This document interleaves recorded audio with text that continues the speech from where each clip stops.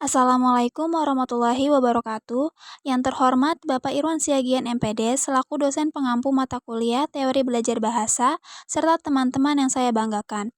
Perkenalkan, nama saya Nilam Cahaya Anggia Hilman dengan NPM 2024 21500 257.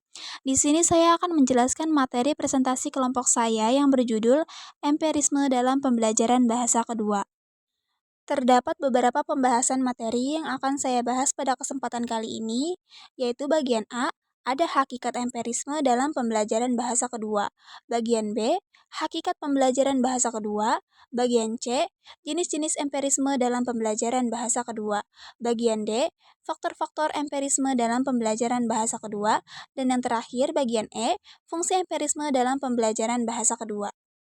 Baik, langsung saja kita masuk ke pembahasan yang pertama, yaitu ada A, hakikat empirisme dalam pembelajaran bahasa kedua. Khair 2012 menjelaskan bahwa pemerolehan bahasa tidak terjadi dengan sendirinya, melainkan melalui proses peniruan, pembiasaan, dan pengalaman berbahasa secara langsung. Menurutnya, lingkungan memiliki peran yang sangat penting karena dari lingkunganlah seseorang memperoleh berbagai pengalaman bahasa yang membentuk kebiasaan berbahasa. Berdasarkan pendapat tersebut, dapat diartikan bahwa hakikat empirisme dalam pembelajaran bahasa kedua ialah keyakinan bahwa kemampuan berbahasa diperoleh dari pengalaman langsung melalui pendengaran, peniruan, dan latihan terus-menerus. Empirisme menegaskan bahwa pembelajaran bahasa bukan berasal dari kemampuan bawaan, melainkan dari pengalaman nyata dalam berbahasa. Contohnya, seseorang peserta didik dapat berbicara dengan pelafalan yang baik karena sering mendengar, menirukan, dan berlatih mengucapkan kata-kata yang diucapkan oleh penutur yang lebih mahir. Kemudian Suyono dan Haryanto 2017 menyatakan bahwa teori empirisme menempatkan pengalaman sebagai dasar utama dalam proses belajar. Menurut mereka, seseorang memperoleh pengetahuan karena adanya keterlibatan langsung dalam kegiatan belajar yang memberikan pengalaman nyata, bukan alasan atau hafalan. Berdasarkan pendapat tersebut, dapat diartikan bahwa hakikat empirisme dalam pembelajaran bahasa kedua adalah pandangan yang menekankan pentingnya pengalaman berbahasa melalui kegiatan mendengarkan, berbicara, membaca, dan menulis secara langsung agar terbentuk kemampuan berbahasa yang kuat. Contohnya, peserta didik yang sedang mempelajari bahasa Indonesia akan lebih mudah menguasai kosakata baru apabila sering berlatih menggunakan kata tersebut dalam percakapan dan kegiatan sehari-hari. Lalu kemudian Febriana 2025 menyatakan bahwa empirisme merupakan pandangan yang menempatkan pengalaman sebagai sumber utama pengetahuan. Menurutnya, segala bentuk pengetahuan berawal dari apa yang dialami oleh panca indera, kemudian diproses oleh akal menjadi pemahaman yang utuh. Berdasarkan pendapat tersebut, dapat diartikan bahwa hakikat empirisme adalah keyakinan bahwa pengetahuan tidak lahir dari pikiran semata, melainkan dari pengalaman nyata yang dialami seseorang. Empirisme menolak gagasan bahwa pengetahuan berasal dari ide bawaan tanpa adanya pengalaman langsung. Contohnya, seseorang memahami bahwa api itu panas bukan karena berpikir atau membaca semata, melainkan karena pernah merasakan panasnya api melalui pengalaman yang dialami sendiri. Masuk ke bagian pembahasan sintesis teori. Hakikat empirisme dalam pembelajaran bahasa kedua menegaskan bahwa kemampuan berbahasa diperoleh melalui pengalaman langsung dalam berkomunikasi dan berlatih secara berulang, melalui keterlibatan aktif dalam kegiatan mendengar, berbicara, membaca, dan menulis. Peserta didik membangun pemahaman serta kebiasaan berbahasa yang efektif. Kita masuk ke pembahasan yang kedua, yaitu ada hakikat pembelajaran bahasa kedua. Suwandi 2015 menjelaskan bahwa pembelajaran bahasa kedua merupakan proses seseorang dalam memperoleh kemampuan berbahasa selain bahasa pertama melalui pengalaman dan interaksi sosial. Menurutnya, keberhasilan dalam mempelajari bahasa kedua sangat dipengaruhi oleh lingkungan yang menyediakan kesempatan berkomunikasi secara aktif. Berdasarkan pendapat tersebut, dapat diartikan bahwa hakikat pembelajaran bahasa kedua adalah proses sosial yang terjadi melalui penggunaan bahasa secara langsung dalam kehidupan sehari-hari. Proses ini menekankan pentingnya praktik, bukan hanya pengetahuan teori. Contohnya, seseorang yang menggunakan bahasa Indonesia sebagai bahasa kedua akan lebih cepat menguasainya apabila sering berinteraksi dengan penutur asli di pasar, sekolah, atau tempat kerja. Kemudian Ramlan dan Hidayat 2018 menyatakan bahwa pembelajaran bahasa kedua tidak terjadi melalui peniruan dan pembiasaan terhadap bentuk-bentuk bahasa baru yang digunakan dalam lingkungan masyarakat. Mereka menegaskan bahwa pembelajaran ini tidak dapat dilepaskan dari peran kebiasaan, motivasi, serta dukungan lingkungan sekitar. Berdasarkan pendapat tersebut, dapat disimpulkan bahwa hakikat pembelajaran bahasa kedua adalah proses penyesuaian diri terhadap sistem bahasa yang berbeda dari bahasa pertama melalui latihan dan pembiasaan terus-menerus. Contohnya, penutur bahasa Sunda yang tinggal di daerah Jawa akan berusaha menyesuaikan diri dengan bahasa Jawa agar dapat berkomunikasi dengan baik dalam kehidupan sehari-hari. Lalu kemudian Kurniasi 2023 menyatakan bahwa pembelajaran bahasa kedua mencakup aspek pengetahuan, perasaan, dan lingkungan sosial. Ia menegaskan bahwa keberhasilan seseorang dalam mempelajari bahasa kedua bergantung pada kemauan, rasa percaya diri, serta dukungan dari lingkungan yang mendukung proses belajar. Berdasarkan pendapat tersebut, dapat diartikan bahwa hakikat pembelajaran bahasa kedua adalah proses menyeluruh yang tidak hanya bergantung pada kemampuan berpikir, tapi juga melibatkan perasaan dan hubungan sosial. Contohnya, seorang siswa yang belajar bahasa daerah di sekolah akan lebih cepat menguasainya apabila merasa senang dan didukung oleh guru serta teman-temannya dalam proses pembelajaran. Masuk ke pembahasan sintesis teori. Hakikat pembelajaran bahasa kedua adalah proses sosial dan psikologis yang menekankan pengalaman, interaksi, serta pembiasaan dalam penggunaan bahasa, di mana keberhasilan dipengaruhi oleh motivasi, sikap, dan dukungan lingkungan. Masuk ke pembahasan materi yang ketiga, yaitu ada jenis-jenis empirisme dalam pembelajaran bahasa kedua. Menurut para ahli dalam teori pemerolehan bahasa, empirisme dalam pembelajaran bahasa kedua dapat dibedakan menjadi beberapa bentuk pendekatan berdasarkan sumber pengalaman dan cara belajar yang ditekankan, yaitu yang pertama, empirisme asosiasionis, yang kedua, empirisme behavioristik, ketiga, empirisme induktif, keempat, empirisme statistik, dan yang kelima, empirisme berbasis penggunaan. Yang pertama, empirisme asosiasionis. Suyono 2011 menyatakan empirisme asosiasionis menekankan bahwa proses belajar bahasa terjadi melalui pembentukan hubungan antara pengalaman-pengalaman yang berulang. Semakin sering suatu bunyi, kata, atau bentuk bahasa digunakan secara bersamaan, maka semakin kuat pula keterkaitannya dalam ingatan peserta didik.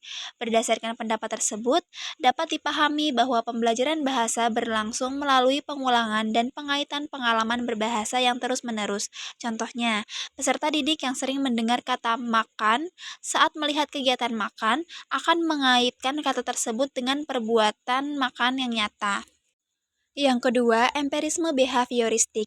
Huda 2017 menyatakan bahwa empirisme perilaku berpendapat bahwa penguasaan bahasa kedua terbentuk melalui kebiasaan yang muncul dari hubungan antara rangsangan dan tanggapan yang berulang. Penguatan dari guru atau lingkungan sangat berperan dalam membentuk kebiasaan berbahasa yang benar. Berdasarkan pendapat tersebut, dapat diartikan bahwa belajar bahasa merupakan hasil dari latihan yang dilakukan terus-menerus dengan pemberian tanggapan yang tepat terhadap setiap rangsangan. Contohnya, peserta didik yang mendapat pujian setiap kali berbicara dengan struktur kalimat yang benar akan terdorong untuk mengulanginya hingga menjadi kebiasaan. Yang ketiga, empirisme induktif. Muslik 2010 menyatakan bahwa empirisme induktif menekankan pentingnya pengamatan terhadap contoh-contoh bahasa sebelum memahami aturan atau kaidahnya. Peserta didik belajar melalui contoh nyata dan pengalaman langsung sebelum menarik kesimpulan umum. Berdasarkan pendapat tersebut, dapat dipahami bahwa peserta didik membangun pengetahuan bahasanya secara bertahap melalui pengalaman konkret.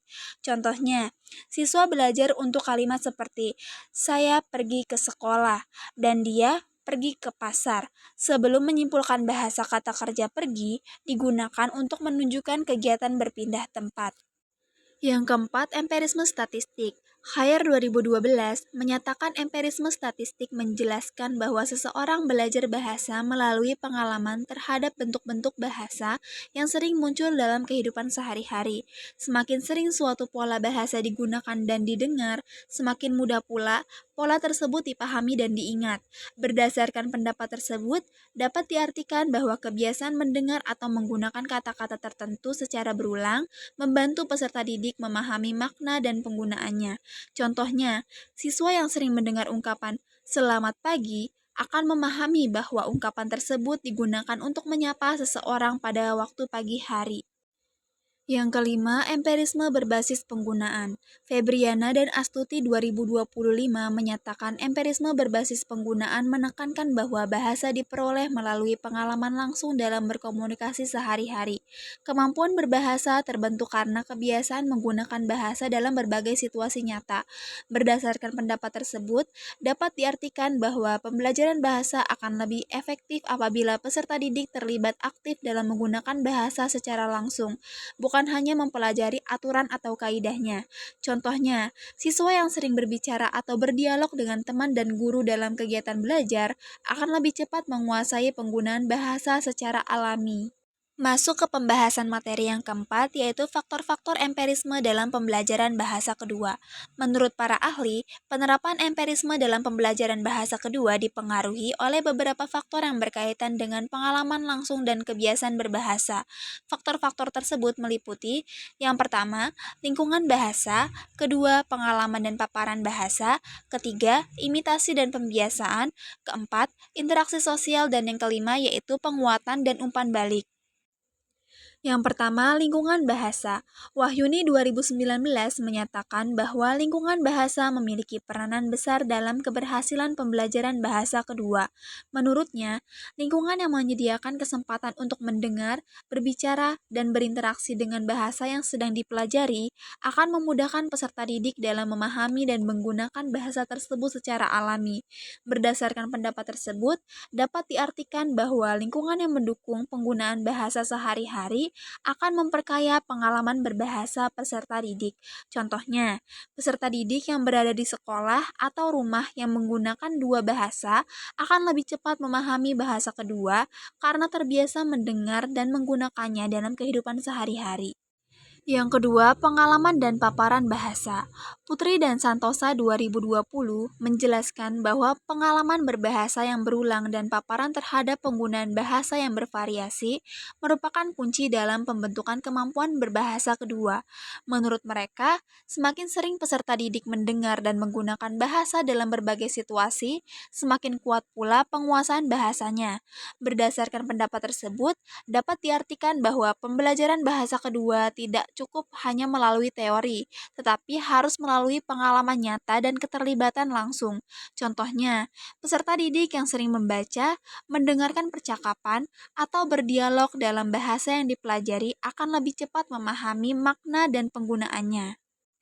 Yang ketiga, imitasi dan pembiasaan. Suwandi 2015 menyatakan bahwa kemampuan berbahasa diperoleh melalui proses meniru dan membiasakan diri terhadap bentuk-bentuk bahasa yang sering didengar. Menurutnya, dengan meniru ujaran dan pola kalimat yang benar, peserta didik akan terbentuk kebiasaan berbahasa yang sesuai dengan kaidah. Berdasarkan pendapat tersebut, dapat diartikan bahwa imitasi dan pembiasaan menjadi dasar penting dalam pemerolehan bahasa kedua. Contohnya, ketika peserta didik meniru cara guru atau temannya berbicara, lalu mengulanginya secara terus-menerus, kebiasaan tersebut akan membentuk kemampuan berbahasa yang baik dan benar. Yang keempat, interaksi sosial. Rahmawati 2021 menyatakan bahwa interaksi sosial menjadi sarana alami dalam pembelajaran bahasa kedua, karena memungkinkan peserta didik menggunakan bahasa secara langsung dalam kehidupan sehari-hari. Melalui kegiatan berbicara, berdiskusi, dan bertukar pendapat, peserta didik dapat memahami fungsi bahasa dalam komunikasi yang sebenarnya. Berdasarkan pendapat tersebut, dapat diartikan bahwa interaksi sosial memberikan pengalaman belajar yang nyata dan bermakna. Contohnya, ketika peserta didik berbicara dengan teman, guru, atau anggota keluarga menggunakan bahasa yang sedang dipelajari, kemampuan berbahasanya akan berkembang secara bertahap. Lalu yang kelima, penguatan dan umpan balik. Yuliani dan Hidayat 2023 menyatakan bahwa penguatan dan umpan balik dari guru atau lingkungan sekitar sangat berpengaruh terhadap pembentukan kemampuan berbahasa peserta didik. Menurut mereka, respon yang positif, bimbingan yang tepat, dan koreksi terhadap kesalahan berbahasa membantu peserta didik memperbaiki cara berbahasanya berdasarkan pengalaman langsung. Berdasarkan pendapat tersebut, dapat diartikan bahwa pemberian penguatan dan umpan balik yang baik akan menumbuhkan rasa percaya diri dan memperkuat kebiasaan berbahasa yang benar. Contohnya, ketika guru memberikan koreksi dengan cara yang membangun, peserta didik akan belajar dari pengalaman tersebut dan berusaha untuk tidak mengulangi kesalahan yang sama. Baik, kita masuk ke pembahasan materi yang kelima, yaitu fungsi empirisme dalam pembelajaran bahasa kedua. Menurut para ahli, dalam prinsip-prinsip belajar bahasa, empirisme memiliki beberapa fungsi penting dalam proses pembelajaran bahasa kedua, yaitu yang pertama sebagai dasar pembentukan kebiasaan berbahasa, kedua sebagai sarana pemerolehan pengalaman linguistik, ketiga sebagai alat pembentukan makna dan pemahaman, keempat sebagai pendorong keterlibatan aktif dalam proses belajar, dan yang kelima sebagai landasan penerapan metode komunikatif dan natural. Yang pertama, sebagai dasar pembentukan kebiasaan berbahasa, Suwandi 2016 menyatakan bahwa empirisme berfungsi sebagai dasar dalam pembentukan kebiasaan berbahasa, karena peserta didik memperoleh kemampuan bahasa melalui pengulangan dan pembiasaan. Menurutnya, semakin sering seseorang menggunakan bahasa dalam komunikasi sehari-hari, semakin kuat kemampuan berbahasanya. Berdasarkan pendapat tersebut, dapat diartikan bahwa pembelajaran bahasa kedua harus menekankan latihan berulang dan pengalaman langsung agar terbentuk kebiasaan berbahasa yang alami. Contohnya, peserta didik yang terbiasa mengucapkan salam, menanyakan kabar, atau memberi tanggapan dalam bahasa kedua akan lebih cepat menguasainya secara lancar. Yang kedua, sebagai sarana pemerolehan pengalaman linguistik, Rahmawati 2021 menyatakan bahwa empirisme memberikan peluang bagi peserta didik untuk memperoleh pengalaman linguistik secara langsung melalui kegiatan mendengarkan, berbicara, membaca, dan menulis. Peserta didik membangun pemahaman bahasa berdasarkan apa yang mereka alami. Berdasarkan pendapat tersebut, dapat diartikan bahwa pembelajaran bahasa yang berbasis pengalaman membuat peserta didik lebih mudah memahami struktur, makna, dan fungsi bahasa. Contohnya, dengan mendengarkan percakapan atau membaca teks nyata, peserta didik memperoleh pengalaman linguistik yang memperkaya kemampuan bahasanya. Yang ketiga, sebagai alat pembentukan makna dan pemahaman, Wahyuni 2019 menyatakan bahwa fungsi empirisme terletak pada kemampuannya membantu peserta didik membentuk makna dan pemahaman berdasarkan pengalaman nyata. Menurutnya, makna bahasa tidak hanya dipelajari secara teori, tetapi harus dialami melalui penggunaan bahasa dalam konteks yang sebenarnya. Berdasarkan pendapat tersebut, dapat diartikan bahwa pemahaman bahasa terbentuk dari pengalaman nyata, bukan hanya dari hafalan. Contohnya, peserta didik memahami makna kata panas karena pernah mengalami atau merasakan panas secara langsung, bukan karena sekedar membaca definisinya. Keempat, sebagai pendorong keterlibatan aktif dalam proses belajar, Putri dan Santoso 2020 menyatakan bahwa pendekatan empiris mendorong peserta didik untuk aktif dalam proses belajar karena melibatkan pengalaman langsung dan praktik nyata. Menurut mereka, peserta didik tidak hanya menerima informasi, tetapi juga terlibat dalam kegiatan berbahasa yang menuntut partisipasi aktif. Berdasarkan pendapat tersebut, dapat diartikan bahwa pembelajaran bahasa yang berbasis empirisme mengembangkan sikap aktif, rasa ingin tahu, dan keberanian berkomunikasi. Contohnya, kegiatan bermain peran atau diskusi kelompok membuat peserta didik lebih terlibat dan berani menggunakan bahasa kedua. Lalu yang kelima sebagai landasan penerapan metode komunikatif dan natural. Yuliani dan Hidayat 2023 menyatakan bahwa empirisme menjadi dasar penerapan metode pembelajaran yang komunikatif dan bersifat alami. Menurut mereka, proses pembelajaran bahasa kedua akan lebih berhasil apabila peserta didik belajar melalui kegiatan komunikasi yang nyata dan bermakna. Berdasarkan pendapat tersebut, dapat diartikan bahwa pembelajaran bahasa kedua harus memberikan kesempatan kepada peserta didik untuk berkomunikasi secara wajar sesuai situasi dan kebutuhan.